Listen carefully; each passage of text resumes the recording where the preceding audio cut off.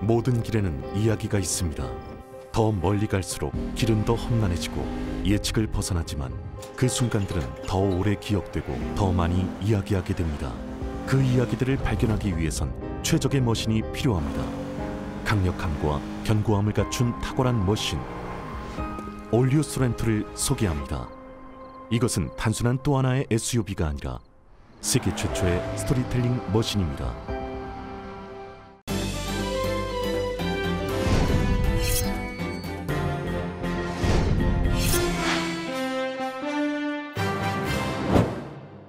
실록의 푸르름 가득 라디오 서울이 함께합니다.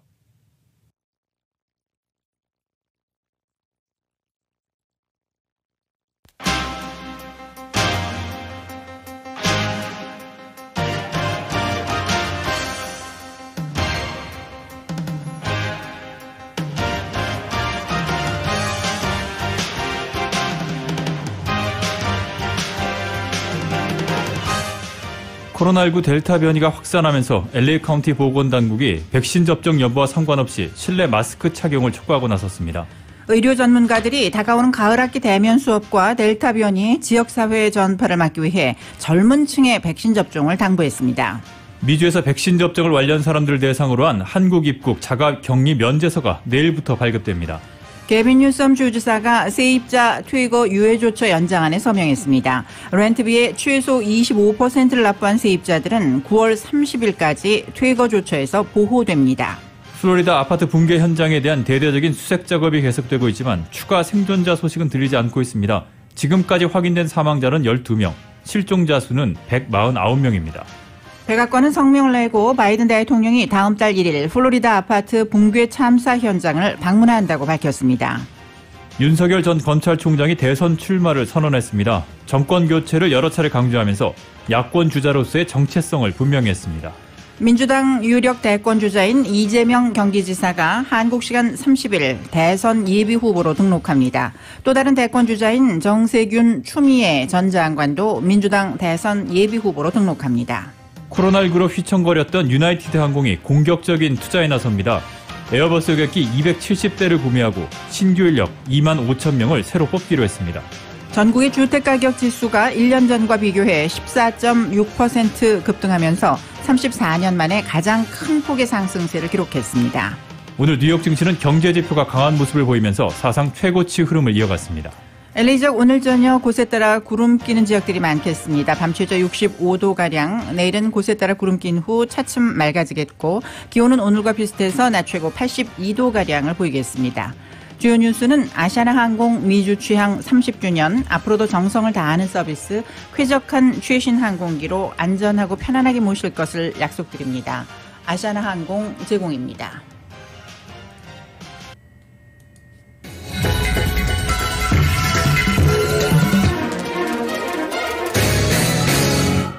시청자 여러분 안녕하십니까. 라디오 서울 이브닝 뉴스 김미회입니다. 안녕하십니까. 임승찬입니다. 6월 29일 화요일 라디오 서울 이브닝 뉴스 1부 시작하겠습니다.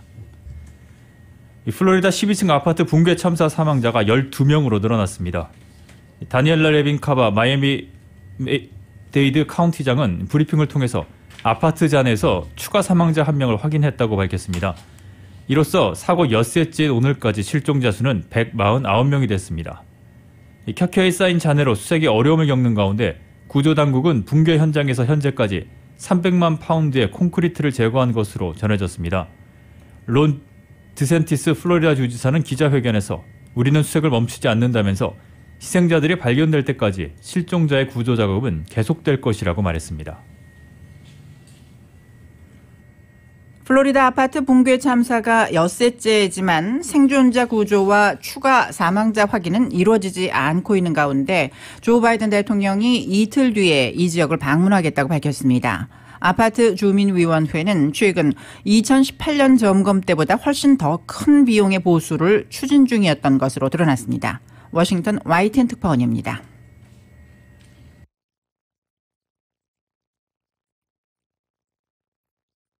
현장 잔해 속을 뒤지고 있습니다. The human being is an amazing creature and can survive a very long time in extreme situations. in the right void, there could be survivors still today.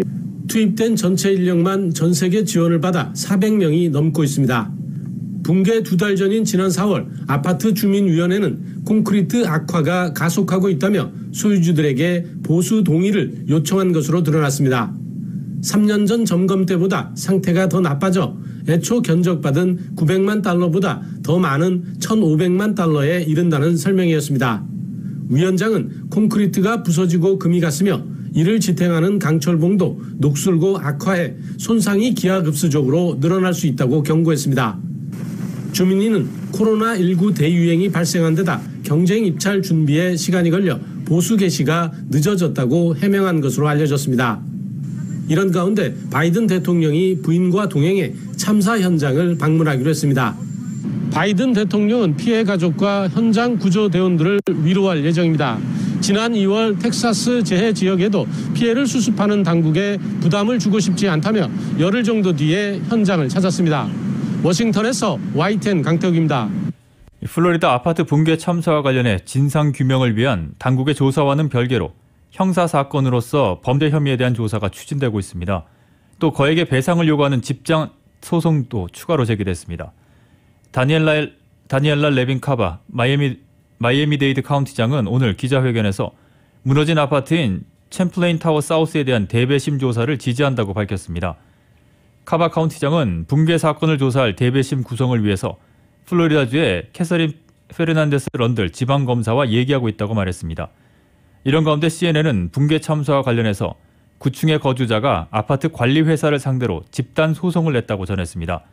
이 주민은 회사 측이 플로리다 주법상 건물을 안전한 상태로 잘 운영되도록 관리할 의무가 있지만 부지로 인해서 치명적인 붕괴를 초래했다고 주장했습니다.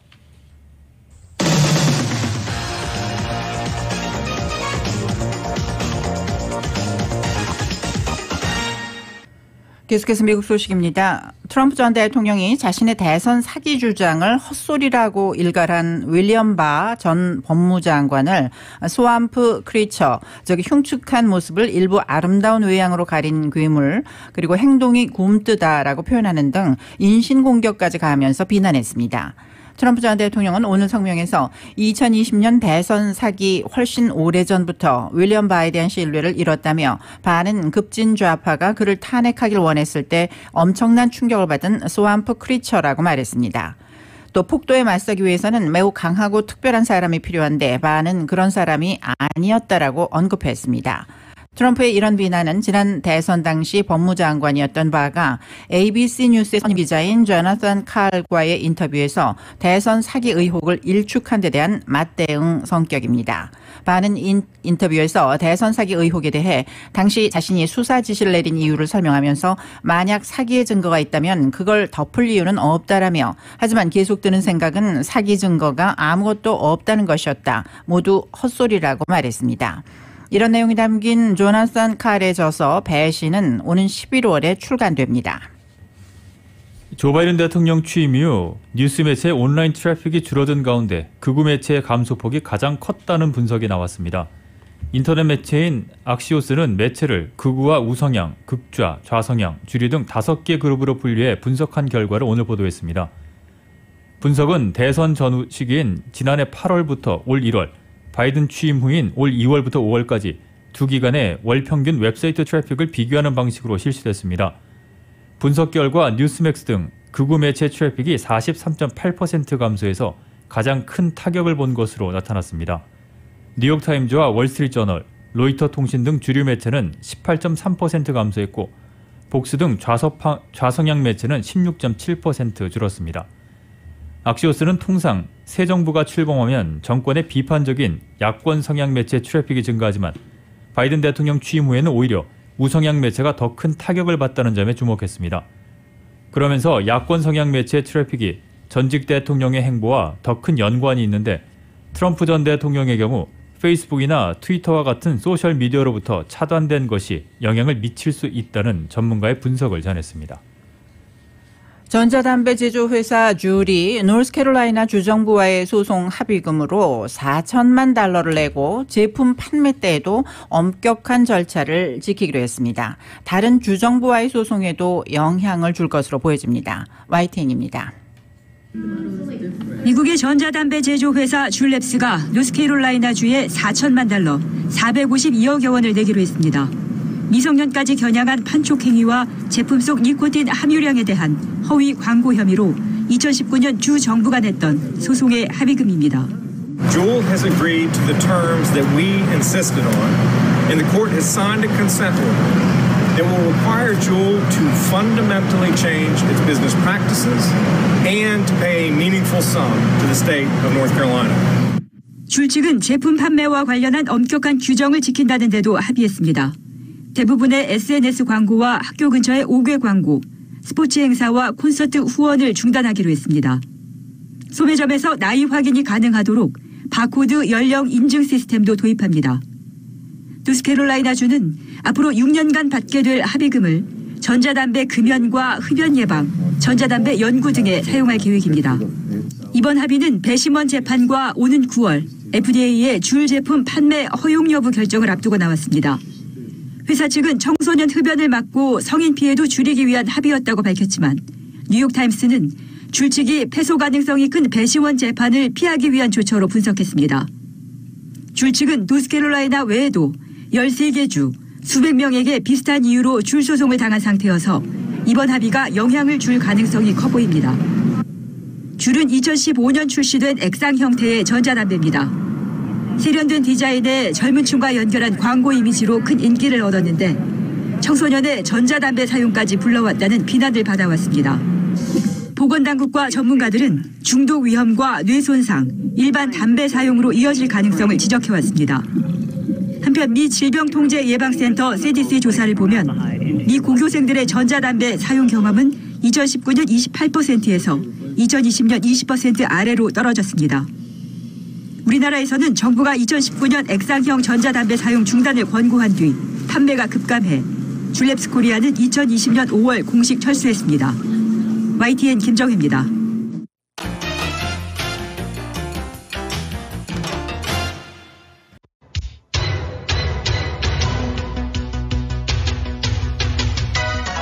나래솔 뉴스 함께하고 계십니다. 5시 16분 조금 지나고 있는데요. 이 시간 한인타운 인근의 각 프리웨이 구간들 교통 상황 알아보겠습니다. 먼저 5번 프리웨이 사우스 방면입니다. 인디애나와 칼조나 스트리트 구간부터 10마일 또는 10마일 미만으로 속도 많이 떨어지고 있습니다. 가필드 애비뉴 구간까지 정체 현상 길게 이어지고 있습니다.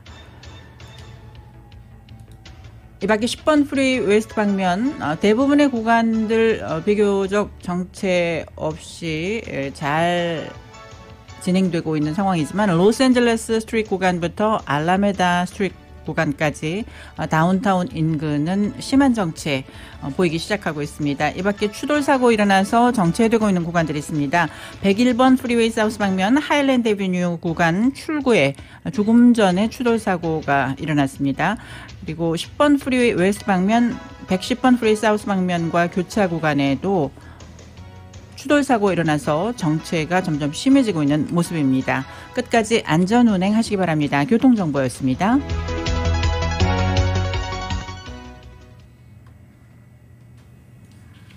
네, 이브닝 뉴스 계속 전해드립니다. 네, 계속해서 타운과 로컬 소식입니다. LA 카운티에서 코로나19 델타 변이가 확산하면서 보건당국이 주민들에게 마스크 착용을 강력하게 권고했습니다. LA 카운티 보건당국은 모든 주민들이 백신 접종 여부와 상관없이 실내 공간에서 마스크를 쓸 것을 촉구했습니다. 인구 1,000만이 넘는 LA 카운티에서는 최근 델타 변이 감염자가 늘고 있는데 보건국의 조사 결과 지난 12일 기준으로 코로나 변이 감염의 거의 절반이 델타 변이로 확인됐습니다. 보건국은 마스크 착용을 강제하는 것은 아니지만 델타 변이 감염 예방 차원에서 식료품점과 소매점, 극장, 가족 단위의 놀이공간은 물론이고 직장에서도 다른 사람의 백신 접종 상황을 모를 때는 마스크를 써달라고 말했습니다. 한편 LA타임즈는 LA 카운티의 마스크 착용 권고는 보건당국이 델타 변이를 심각하게 받아들이고 있으며 백신을 맞지 않은 사람들에게 델타 변이가 특히 위험하다는 것을 보여주는 가장 분명한 신호 가운데 하나라고 전했습니다. 캘리포니아주 내 젊은 층들의 백신 접종률이 저조한 가운데 의료 전문가들이 다가오는 가을 학기 대면 수업과 인도발 델타 변이 바이러스의 지역사회 전파를 막기 위해 젊은 층들에게 백신 접종을 당부하고 나섰습니다. 이 소식 이은 기자가 취재했습니다. 가주 내 높은 백신 접종률로 인해 비즈니스 업소들의 전면 영업 재개와 디즈니랜드 등 테마파크 재개장, 그리고 NBA와 야구 경기장 등이 오픈하는 등 활기를 되찾았지만 젊은 층의 낮은 백신 접종률이 코로나 재확산의 불씨가 되지 않을까 우려를 일으키고 있습니다. 할리우드 차병원의 캐롤라인 리폴드 총괄 매니저는 미 전국에서 전체 주민의 백신 접종률은 절반에 달하지만 18세에서 39세 사이 젊은 층의 백신 접종률은 3분의 1에 그치고 있다는 점을 지적하고 젊은 층의 낮은 백신 접종률이 한 가닥 고비를 넘긴 가주의 코로나 전파율을 다시 높일 수 있다고 설명했습니다. The rate of vaccination amongst young adults 18 to 39 in the U.S. it's about 1/3 of adults. In the total population, we're at almost 50%. So there's definitely lower rates among these groups. 리폴드 매니저는 젊은 층의 경우 코로나에 감염되더라도 다른 연령층에 비해 상대적으로 심각한 건강 문제를 겪지 않는 경우가 많다 보니 코로나 예방 백신 접종에 소극적인 것 같다고 전했습니다. Young adults that they feel that they're healthy and that if they get COVID they'll probably do pretty well. Probably already feel like they have some protection against COVID-19 without needing the vaccine. 하지만 곧 가을이 되면 그동안 온라인으로 이루어지던 수업이 대면 수업으로 일제히 전환되면서 백신 접종을 하지 않은 청소년들이 교실과 집을 오가면서 코로나 바이러스를 전파할 위험이 높기 때문에 청소년층의 백신 접종률을 높이는 것이 급선무라고 지적하고 12세 이상은 가을 학기 전에 백신 접종을 완료하도록 당부했습니다. Outbreaks in a classroom or outbreaks at a school, and kids are going to be continuing going back and forth. So it's going to be important to get as many of those, above age 12, which is what's approved for now, vaccinated to keep everybody in school. 지난 한 달 사이 인도발 델타 변이 감염이 가주에서 3배나 늘어나면서 가주 내 코로나 바이러스 재확산의 우려를 불러일으키고 있어 백신 접종은 어느 때보다 강조되고 있습니다. Community is unvaccinated, and the more families are vaccinated, the more likely we're going to see increases in those communities and those families, which will impact greater health system in general. 젊은 층은 학교 등 단체 모임이 많고 외부 활동 범위가 중장년층에 비해 훨씬 넓기 때문에 중장년층을 위협하는 슈퍼 전파자가 될 수 있어 여름방학 후 정상적으로 재개될 가을 학기를 계획하고 준비하는 데 있어 코로나 백신 접종이 필수적인 상황입니다. 라디오 서울 뉴스 이웃 클리닉이 한인과 지역 주민의 코로나 예방 백신 접종을 북돋우기 위해서 매주 금요일 모더나와 화이자 그리고 존슨앤존슨 3종류의 백신 접종을 무료로 진행하고 있습니다. 백신 접종은 매주 금요일 오전 10시 30분부터 오후 1시 30분까지 타운 내 유가에 있는 이웃케어 클리닉에서 진행됩니다. 체류신분과 건강보험 가입 여부에 상관없이 서류 미비자, 유학생을 비롯해서 LA 카운티에 거주하는 12세 이상의 한인들을 대상으로 진행되며 접종은 무료입니다.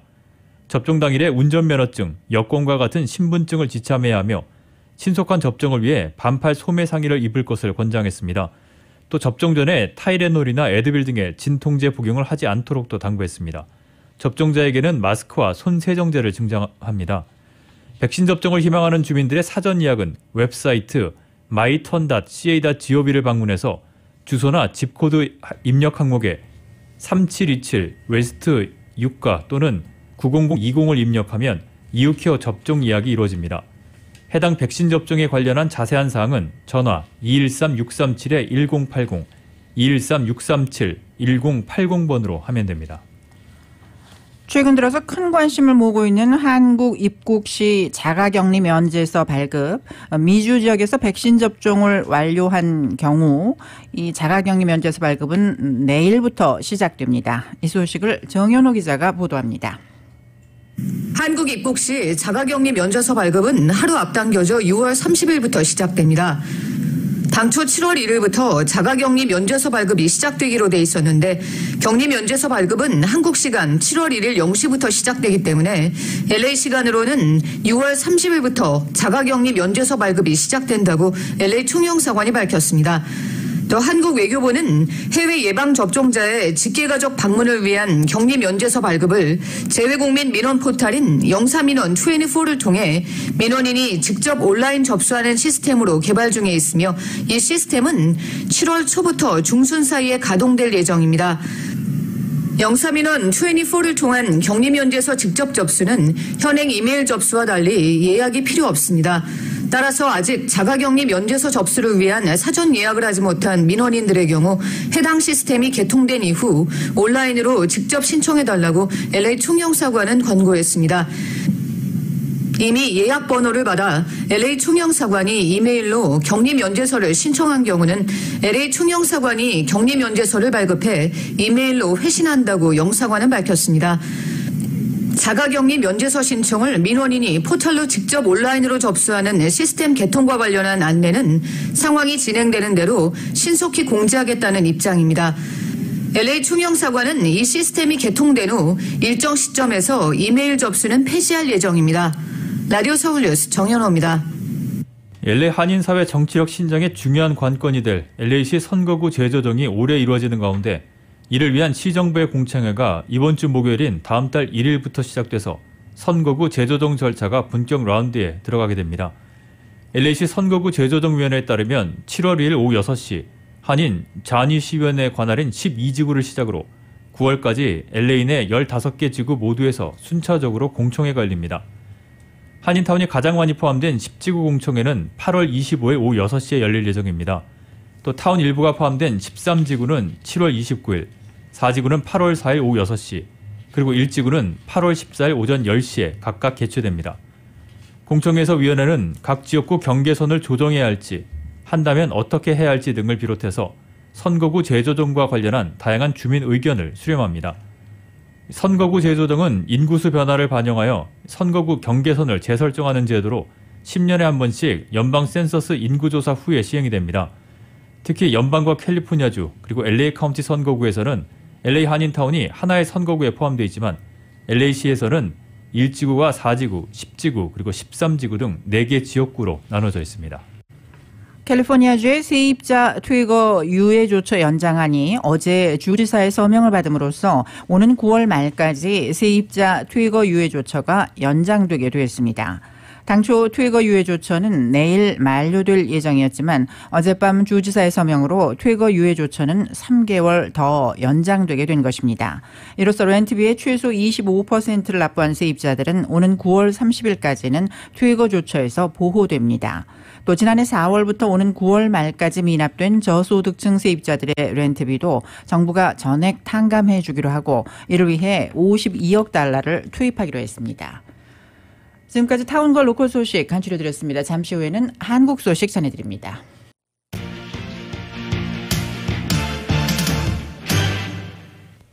화요일 이브닝 뉴스 1부 한국 소식입니다. 윤석열 전 검찰총장이 LA 시간으로 어제 저녁 대선 출마를 선언했습니다. 윤 전 총장은 무능한 세력, 무도한 행태 같은 표현으로 현 정권을 겨냥했고 정권 교체를 여러 차례 강조하는 것으로 야권 주자로서의 정체성을 분명히 했습니다. 이 소식 KBS가 보도합니다. 공정과 상식을 키워드로 내걸고 윤석열 전 검찰총장이 대선 도전을 공식화했습니다. 무너진 자유민주주의와 법치, 시대와 세대를 관통하는 공정의 가치를 기필코 다시 세우겠습니다. 출마 선언문 상당 부분은 문재인 정부를 겨냥했습니다. 무너진 법치, 무도한 행태, 권력 사유화 등으로 현 정부를 규정하며 범야권 주자로서의 정체성을 명확히 했습니다. 이런 부패하고 무능한 세력의 집권 연장과 국민 약탈을 막아야 합니다. 반드시 정권 교체를 이루어내야 합니다. 검찰총장직을 내려놓은 지 117일 만에 정치 참여로 검찰 중립성의 훼손 우려도 나오는 상황. 여기에는 선출직 불출마 관행이 절대적인 건 아니라며 국민이 판단할 거라고만 밝혔습니다. 이른바 X파일 의혹에 대해서는 무제한 검증을 받아야 한다면서도 근거가 있어야 한다고 했습니다. 그런 검증은 어떤 합당한 근거와 팩트에 기초해서 이루어지는 것이 맞다고 생각하고 윤 전 총장은 두 전직 대통령 사면 요구 정서에 공감한다고 밝히는 등 50분 동안 경제, 외교 현안에 대한 질문도 받았는데 답변은 대개 원론적이었습니다. 윤 전 총장의 대선 출마 선언식에는 국민의힘 의원 20여 명이 함께했고 지지자 수백 명이 몰렸습니다. KBS 뉴스 강병수입니다. 더불어민주당의 대선 예비후보 등록 접수 마지막 날인 한국시간 30일 이재명 경기지사와 정세균 전 국무총리 그리고 추미애 전 법무장관이 등록을 마칠 예정입니다.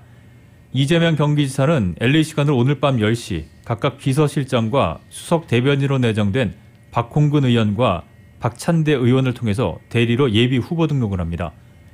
이 지사는 한국 시간 1일 대선 출마 선언할 예정입니다.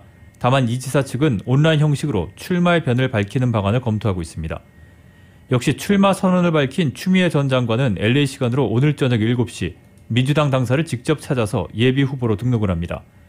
아직 대선 출마 선언을 하지 않은 이낙연 전 대표는 다음 달 5일 온라인 형식으로 출마 선언을 할 예정입니다. 민주당은 한국 시간 30일까지 예비 후보 등록을 받은 뒤 다음 달 9일부터 사흘간 당원과 국민 여론조사를 통해서 본경선에 진출할 후보자 6명을 결정합니다.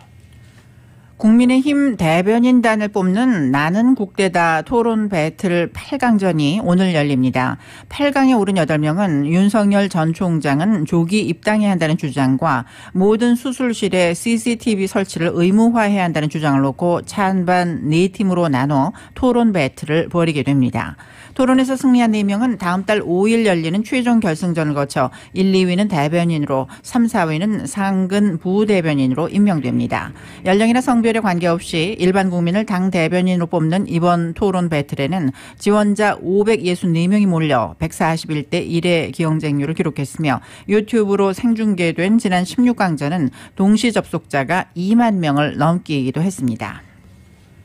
민경욱 전 미래통합당 의원이 부정투표 의혹을 주장하면서 제기한 총선 무효 소송의 재검표 절차가 이틀에 걸쳐 진행됐습니다.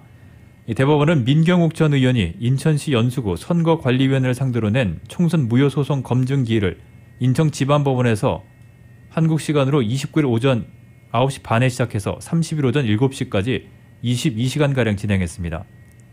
검증은 인천지법에 봉인되어 있던 투표지의 원본 확인을 위한 스캔 작업과 사전투표용지의 QR코드 대조, 수동 재검표 방식으로 진행됐습니다. 민 전 의원은 사전투표지에 이른바 유령표가 섞여 들어갔다는 등의 의혹을 제기했고 대법원에서 의혹 해소를 위해 모든 사전투표용지의 QR코드 정보와 선거 당일 확보된 QR코드 정보를 대조한 결과 전산 조작으로 보이는 정황은 발견되지 않은 것으로 전해졌습니다. 한국은 내일 7월 1일입니다. 내일부터 새로운 거리두기 단계가 적용되면서 방역 기준도 완화됩니다. 수도권에서는 그동안 영업이 금지됐던 유흥시설이 다시 문을 열고 모임 인원도 늘어나는데 확진자 발생이 수도권에 집중돼 있는 만큼 특별 방역 대책도 마련돼 있습니다. KBS가 보도합니다. 서울 서초구의 한 유흥주점, 영업 준비에 한창입니다. 내일부터는 유흥시설의 영업이 재개되기 때문입니다. 곰팡이라든지 거미줄이라든지 이게 밀폐화가 되어 있습니다. 대청소를 하고 정부 방역 지침에 따르려고 지금 준비 중이고 있습니다. 식당과 카페 운영 시간도 자정까지 연장됩니다. 하지만 수도권에서 코로나19 확산세가 여전한 만큼 방역 관리는 강화됩니다. 서울 지역에서 지난 4월부터 방역수칙 위반으로 적발된 업소는 200여 곳. 그중 50여 개 업소가 집합 금지 또는 영업 정지가 됐는데 다음 달 18일까지 예정된 특별 방역 점검 기간에도 이 같은 무관용 원칙이 계속 적용됩니다. 방역수칙 위반이 반복되는 경우에는 해당 지역의 동일업종 전체에 대한 운영 제한 등이 적용될 수 있습니다. 선제검사 확대를 위해 서울에서는 선별진료소 운영 시간을 평일은 밤 9시, 주말과 공휴일은 오후 6시까지 연장합니다. 학원이 밀집된 지역에는 찾아가는 선제검사도 실시합니다. 강남구, 노원구, 양천구가 우선적으로 가장 많은 곳입니다. 일단 새 자치구는 반드시 이제 찾아가는 선별검사를 시행을 할 예정이고요. 경기도에선 유흥시설과 학원 등에 주 1회 선제검사를 권고하고 물류센터와 콜센터엔 자가검사 키트가 활용됩니다. 인천시는 다중이용시설 전체를 대상으로 최소 한 차례 이상 직접 찾아가 점검하기로 했습니다. 또 내일부터는 백신 1차 접종자는 야외에서 마스크를 벗을 수 있지만 정부는 변이 바이러스 등으로 상황이 나빠지면 마스크 착용을 다시 의무화할 수밖에 없다고 강조했습니다. KBS 뉴스 석혜원입니다. 이르면 다음 달부터 백신을 맞은 사람들은 자가격리 없이 사이판 여행을 할 수 있게 됩니다. 한국 정부는 한국 시간으로 30일 사이판이 속한 미국령 북마리아나 제도의 첫 여행 안전권역 합의문 서명식을 열기로 했습니다. 이 소식은 YTN이 보도합니다. 첫 여행 안전권역은 사이판으로 결정됐습니다. 국토교통부는 사이판이 속한 미국령 북마리아나 제도와 여행 안전권역을 시행하기로 합의했습니다. 화이자와 모더나, 아스트라제네카, 얀센 백신 접종을 끝낸 지 14일이 지난 사람이 대상이며 여행사를 통한 단체 여행만 가능합니다. 출발을 위해서는 먼저 보건당국에서 발급한 예방접종 증명서와 함께 출국 전 72시간 안에 받은 PCR 음성 확인서가 필요합니다. 사이판에 도착한 뒤에는 코로나19 검사를 받고 전용 버스로 이동해 지정된 호텔에서 기다리다가 음성이 확인돼야 여행을 할 수 있습니다. 모든 일정은 방역 안전이 확보된 동선으로 이뤄지고 현지 직원은 백신 접종을 마친 사람으로만 배치됩니다. 만약 여행 중 확진되면 즉시 전담시설에 격리돼 무료로 치료를 받게 됩니다. 상황이 나빠질 경우에 대비해 일시적으로 여행 안전권역을 중단하는 서킷 브레이커 제도도 마련됐습니다. 사이판은 인구의 63%가 백신 2차 접종을 마친 상태입니다. 사전 점검과 여행사들이 손님을 모을 기간을 고려하면 이르면 다음 달 말 첫 여행이 시작될 전망입니다. 지금은 제주항공이 한 편만 다니고 있는데 아시아나항공과 티웨이항공이 7월 말부터 운항을 재개할 예정입니다. 그래서 7월 말부터 가능한 걸로 보고 있습니다. 정부는 미국령 괌과 싱가포르 등 다른 국가들과도 여행 안전권역 시행을 논의 중이라고 설명했습니다. YTN 이진입니다. 다음 달부터 50인 미만 5인 이상 사업장에서도 주 52시간제 근무가 적용되면서 중소기업 가운데 준비되지 않은 곳은 걱정이 이만저만이 아닙니다. 하지만 정부는 회사 대부분이 이미 준비를 마친 것으로 파악하고 예정대로 시행할 계획입니다. YTN의 보도입니다. 사업 초창기 붉은 악마 티셔츠 염색을 시작으로 20년째 염색 공장을 운영하는 장영준 대표. 40명대 직원을 고용하고 있어서 조만간 주 52시간 근무 체계 가동을 앞두고 걱정이 태산입니다. 코로나19 영향으로 외국인 근로자를 추가로 구하기도 어려운 상황에서 새 근무 방식에 따른 인원 충원이 어렵다고 호소합니다. 회사가 매출이 창출이 안 되기 때문에 임금을 다 보존을 못 해줘요. 그러니까 임금 삭감이 될 수가 있는 거고요. 앞으로는 5일을 일해서 납품 날짜를 맞춰야 되는데 대기업이 절대 이런 거를 감안을 해서 납품 날짜를 늘려주지는 않습니다. 절대적으로. 그래서 납기를 또 맞출 수가 없습니다. 앞서 경제단체들도 한 목소리로 코로나 여파로 어려운 상황에서 이 제도를 시행하면 큰 충격을 주게 된다며 추가로 준비 시간을 줘야 한다고 요구했습니다. 정부는 장시간 근로 관행을 고치기 위한 52시간제를 도입한 뒤 고용 규모별로 3년 넘게 충분히 유예해줬다면서 예정대로 진행할 계획입니다. 시행 대상 기업들이 적극적으로 협력해 대부분 준비가 완료됐다는 설명입니다. 고용노동부가 의뢰 50인 미만 5인 이상 기업 1,300곳을 조사한 결과 다음 달부터 적용하는 데 문제가 없다는 곳은 93%로 나타났습니다. 사실 대도기간은 에 대해서는 작년 저희가 연말에 그 계도 기간을 이제 더 이상 하지 않겠다고 발표를 했을 때 정부의 입장은 뭐 그때 정했다고 말씀드릴 수가 있겠고요. 지난 2019년 기준으로 우리나라의 연간 근로시간은 1,957시간. 경제협력개발기구 OECD 국가 평균보다 300시간 넘게 길고 멕시코와 칠레 다음으로 오래 일해 이젠 주 52시간제가 폭넓게 뿌리내릴 때가 됐다는 게 정부의 입장입니다. YTN 조용성입니다. 프로포폴 불법 투약 혐의로 벌금형에 약식 기소된 이재용 삼성전자 부회장이 정식 재판을 받게 됐습니다. 서울중앙지방법원은 벌금 5천만 원의 약식 기소된 이 부회장을 정식 재판에 회부했습니다. 이와 관련해 검찰은 경찰에서 넘어온 이 부회장의 추가 관련 혐의 수사 결과에 따라 공소장을 변경할 필요가 있을지 검토하고 지난 17일 법원에 정식 재판 회부를 신청했다고 밝혔습니다. 앞서 검찰은 지난해 1월 이 부회장이 성형외과에서 프로포폴을 상습 투약받았다는 국민권익위원회의 제보와 의뢰로 수사에 착수해서 지난 4일 이 부회장을 벌금 5천만 원에 약식 기소했습니다. 화요일 이브닝 뉴스 1부 함께하고 계십니다. 뉴스 잠시 후에 계속됩니다.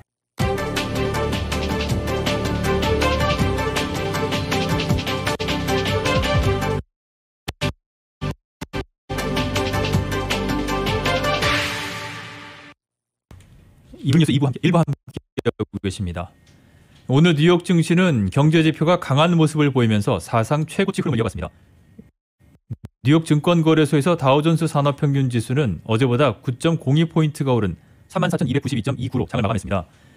S&P 500지수는 1.19포인트가 상승한 4,291.80, 나스닥 지수는 27.83포인트가 뛴 14,528.33으로 거래를 마쳤습니다. S&P 500지수와 나스닥 지수는 사상 최고치로 마감을 했습니다. S&P 500지수는 4거래일 연속 올랐고 다우지수는 어제 낙폭을 일부 만회하는 데 그쳤습니다. 나스닥 지수도 이틀 연속 상승했습니다. 전국의 주택시장 과열이 더 심해지고 있습니다. 오늘 월스트리트저널 등에 따르면 S&P 코올로지 케이스 쉴러 4월 전국 주택 가격 지수는 지난해 같은 달보다 14.6% 급등한 것으로 집계됐습니다. 이는 1987년 관련 통계 집계를 시작한 이래 34년 만에 가장 큰 폭의 상승입니다. 역대 최저 수준의 모기지 금리로 수요가 넘치는 가운데 시장에 매물로 나오는 주택 공급이 크게 모자란 상황이 전국의 집값을 계속 밀어올리는 것으로 분석됩니다. 10개 주요 도시 주택가격 지수는 14.4%, 20대 주요 도시 주택가격 지수는 14.9% 각각 급등했습니다. 애리조나 피닉스가 전년 같은 달보다 22.3% 치솟아 23개월 연속 전국에서 가장 집값이 크게 오른 도시가 됐습니다. 샌디에고, 샬럿, 클리블랜드, 댈러스, 덴버, 시애틀의 순으로 그 뒤를 이었습니다. 가상화폐 비트코인 가격이 사흘째 상승세를 이어갔습니다. 암호화폐 정보 사이트 코인데스크에 따르면 서부 시간으로 오늘 오후 3시 현재 비트코인의 가격은 24시간 전보다 5.03%가 오른 36,117달러 21센트에 거래됐습니다. 시가총액은 6,781억 달러로 늘었습니다. 비트코인 다음으로 규모가 큰 이더리움 역시 24시간 전보다 5.09% 상승한 2,209.26달러로 집계했습니다. 시총은 2,573억 달러로 집계됐습니다. 도지코인 역시 3.92%가 오른 26.75센트에 거래되면서 시총은 348억 달러로 증가했습니다. 가상화폐는 최근 영국 규제 당국이 세계 최대 가상화폐 거래소인 바이낸스에 자국에서 규제 대상인 사업을 하지 말라고 금지하는 악재가 터진 가운데서도 가격이 상승세를 보이고 있습니다. 코로나19 사태로 휘청거렸던 항공업계가 여객과 화물 수요 회복에 힘입어 공격적인 투자에 나서고 있습니다.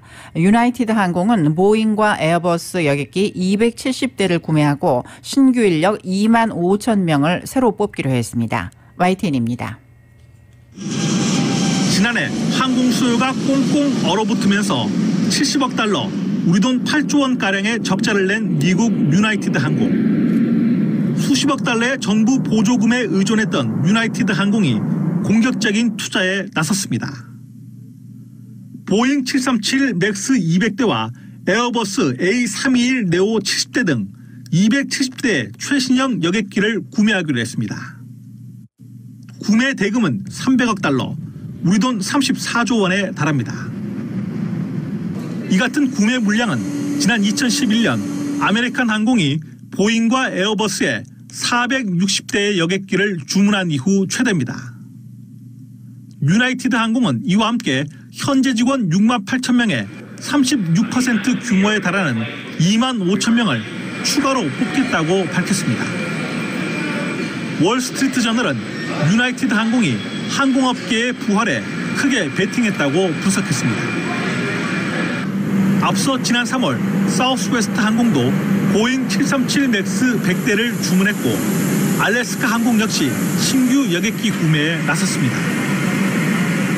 올해 들어 빠른 속도로 늘고 있는 미국 국내선 항공 수요와 달리 수익성이 높은 국제선의 회복세는 여전히 더딘 상황입니다. 하지만 미국 항공업계는 코로나19 백신 보급 확대에 따라 국제선 여행객도 조만간 예전 수준을 회복할 것으로 기대하면서 공격적 투자를 이어갈 것으로 전망됩니다. YTN 박경선입니다. 자동차 공장 노동자들이 코로나19 백신 접종을 마치면 마스크를 벗고 일할 수 있게 됐습니다. 전미 자동차 노동조합 대표단과 구성한 이 코로나19 태스크포스가 이렇게 합의를 했습니다. 이번 조치는 다음 달 12일부터 시작되고 백신을 접종하지 않은 근로자들은 계속해서 마스크를 착용하고 일을 해야 합니다. 다만 근로자들은 마스크 미착용을 위해서 백신 접종을 증명할 서류를 제시할 필요는 없습니다. 전미 자동차 노조 TF에서 이 CDC 지침과 관련 규정을 검토해서 이번 결정을 내렸다고 설명했습니다. 미국 1위 차량 호출업체인 우버가 올 가을부터 직원들이 근무 시간의 절반은 사무실로 나와 일하도록 할 예정이라고 경제매체 CNBC가 보도했습니다. 우버의 최고 인력 책임자 니키 크리슈너머 씨는 오늘 블로그에 올린 글에서 올 가을부터 이런 형태의 혼합형, 즉 하이브리드 사무실 복귀 모델을 도입한다고 직원들에게 공지했습니다. 다만 사무실에 나오는 시간은 직원이나 그들의 팀에 가장 적합한 방식으로 분배할 수 있다고 밝혔습니다. 한 주는 사무실에 나오고 그 다음 주는 집에서 일하거나 한 주는 사흘간 그 다음 주엔 이틀간 출근하는 방식이 될 수 있다는 것입니다. 우버는 또 직원들이 선호하는 사무실 위치도 더 유연하게 고를 수 있도록 하기로 했습니다. 팀 허브라고 지정된 사무실 목록에서 편한 곳을 선택할 수 있게 된다는 것입니다. 아울러 전면 재택근무를 원하는 직원으로부터는 따로 신청을 받기로 했습니다. 대신 정기적인 대면 회의를 열어 재택근무를 하는 직원도 팀원들과 얼굴을 맞대고 만나서 협업하도록 할 예정입니다. 이렇게 새로운 근무 형태는 가을부터 도입되고 9월 13일까지는 계속 재택근무를 할 수 있습니다. 제약사 모더나는 오늘 자사의 코로나19 백신이 인도에서 처음 발생한 델타 변이 등 각종 변이 바이러스에도 예방 효과를 보였다고 밝혔습니다. 모더나는 2회차 백신 접종 후에 일주일이 지난 실험 참가자 8명으로부터 혈정을 추출해서 각종 변이 코로나 바이러스에 대한 면역 반응을 테스트했습니다. 그 결과 모더나 백신은 델타 변이를 포함해서 실험한 모든 종류의 변이에 대해 중화 항체를 생성했다고 회사 측은 전했습니다. 스테판 방셀 CEO는 보도자료를 통해서 이러한 새 데이터는 고무적이며 모더나 백신이 새로 발견된 변이로부터 접종자를 보호할 수 있다는 우리의 믿음을 굳혔다고 자평했습니다. 파이자와 모더나 코로나19 백신을 맞은 미군 장병들 사이에서 심근염 발생률이 예상보다 높았다는 연구 결과가 나왔습니다. 국방부 연구진이 오늘 미국 의사협회 저널 심장하기 싫은 연구 결과에 따르면 지난 1월부터 4월까지 코로나 백신을 맞은 미군 가운데 23명이 나흘 이내에 가슴 통증 등을 호소한 뒤 심근염 진단을 받은 것으로 나타났습니다.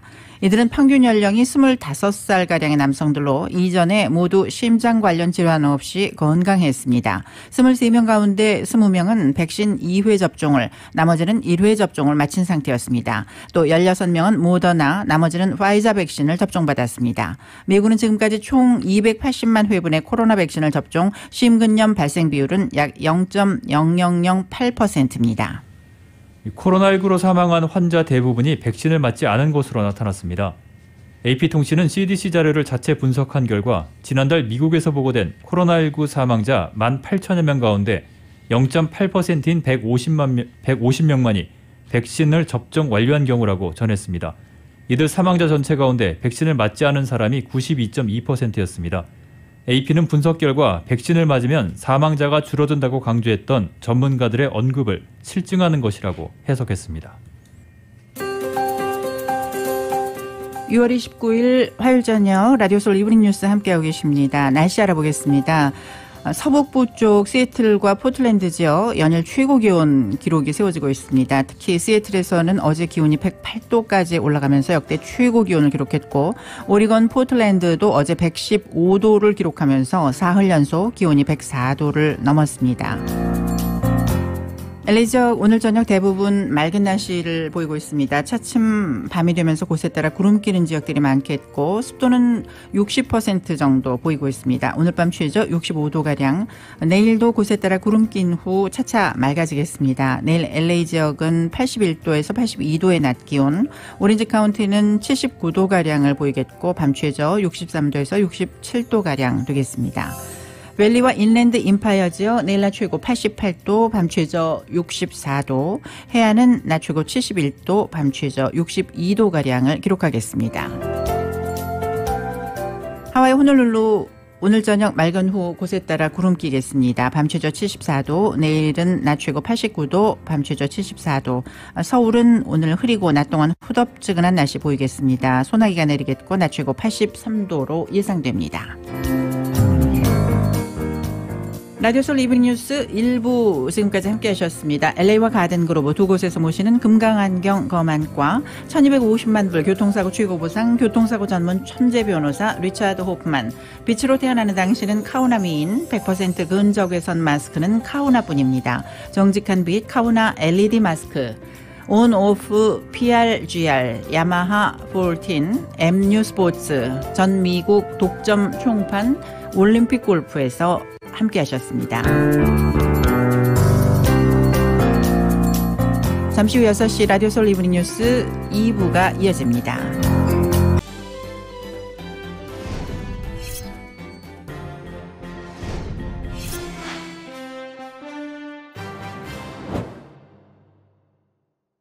지금까지 잘 던지고 있었는데요. 경기 후반에서 흔들리고 있습니다. 건강도 마찬가지 아니겠습니까? 인생 후반 관리가 중요한데 말이죠.